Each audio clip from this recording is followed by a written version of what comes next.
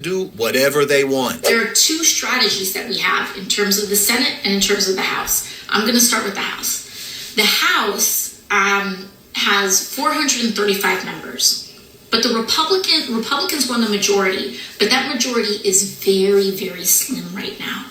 I think it's about 4. I believe it's a majority of about 4. Even with 4 Republicans making the difference between a Democratic House and a Republican majority House, Donald Trump still decided to appoint several of them to his administration, which has dramatically reduced temporarily the Republican majority, the voting majority in the House. Those people that he appointed are tried to appoint Matt Gaetz, but Matt Gaetz resigned when he was named, when Donald Trump was going to appoint him, and then the Senate blocked it. But still, there's a vacancy in Matt Gaetz' seat. There's a vacancy in Representative Waltz's seat. And there's a vacancy here in New York with Elise Stefanik's seat. 2 of those seats, Waltz and Gaetz, are in the state of Florida. And they are strolling their way to a special election. Now, that special election, I believe, is happening on April 1st in the state of Florida. We need to have a show of elevated numbers. We should have a show of elevated numbers in those 2 special elections. Now, people are going to say, oh, she's sending you on a wild goose chase. These are strongly Republican districts, but Washington and decision makers often look at the margins of these results to try to glean how people are feeling in this time. And first and foremost, the level of breakneck speed and not just speed, the level of just breaking that this administration and that Elon Musk is doing right now does have the power to transcend party. It does have the power to transcend party. And if a historically 30 plus Republican seat, if a seat that normally goes to Republicans by 20 points or 30 points, then goes to Republic, even if they still win, but if it goes down to 10 points, they know that they are in deep trouble. And why does that matter? Because a lot of these people only respond to one thing, which is whether they can hold on to power or not. And one of the reasons we're in this situation is because a lot of Republicans were more afraid of a primary election, losing a primary election, than they were in actually advocating for their people. And if you want evidence for that, just know that these Medicaid cuts that they're going for are actually going to affect rural Americans some of the most. Some of the places that vote the reddest stand to be hurt the most by what Republicans are trying to do.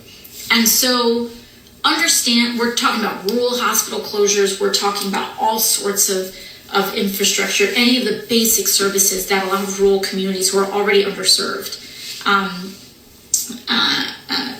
all these communities that are already underserved. So I'm not saying that getting in the game with these is going 100% to change the outcome.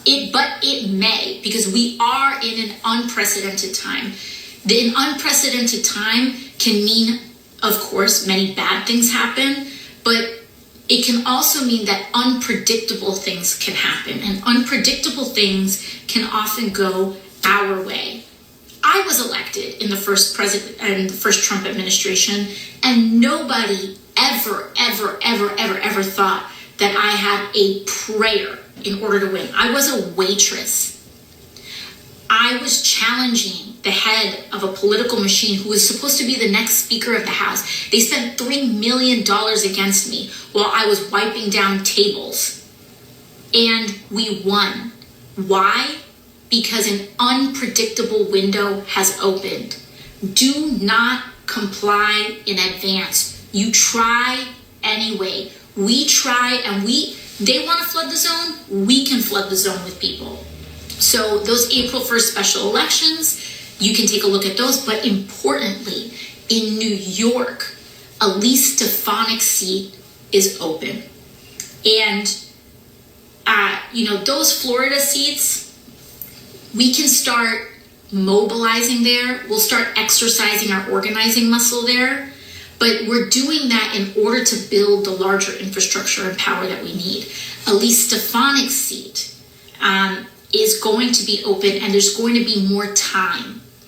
That special election is not happening on April 1st. And so what that means is that New Yorkers, we can focus on the special election for Elise Stefanik's seat, and we can go for it, okay? We can go for it. We need to try.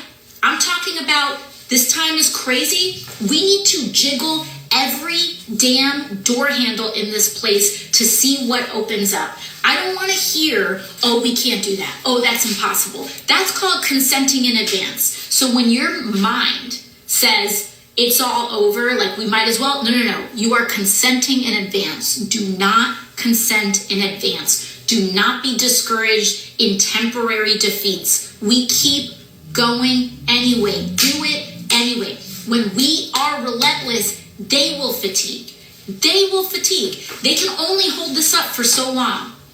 Draw them out. Draw them out. Okay? So we can mobilize electorally. We can mobilize in community organizing, whatever your calling is. Some people don't like electoral organizing. Then I want you to be running a Know Your Rights training. Or I want you to be sending out palm cards. Or I want you to be Googling your own rights, depending on your energy level. But electorally, we need to go get them, okay? These special elections are opportunities. And I'm not just talking about federally. It is time for us to kick up state legislatures, okay? Iowa just had a special election. That district was supposed to be Republican plus 20-something, and they lost it. They lost it. This was supposed to be a community. It went 20 or 30, it went double digits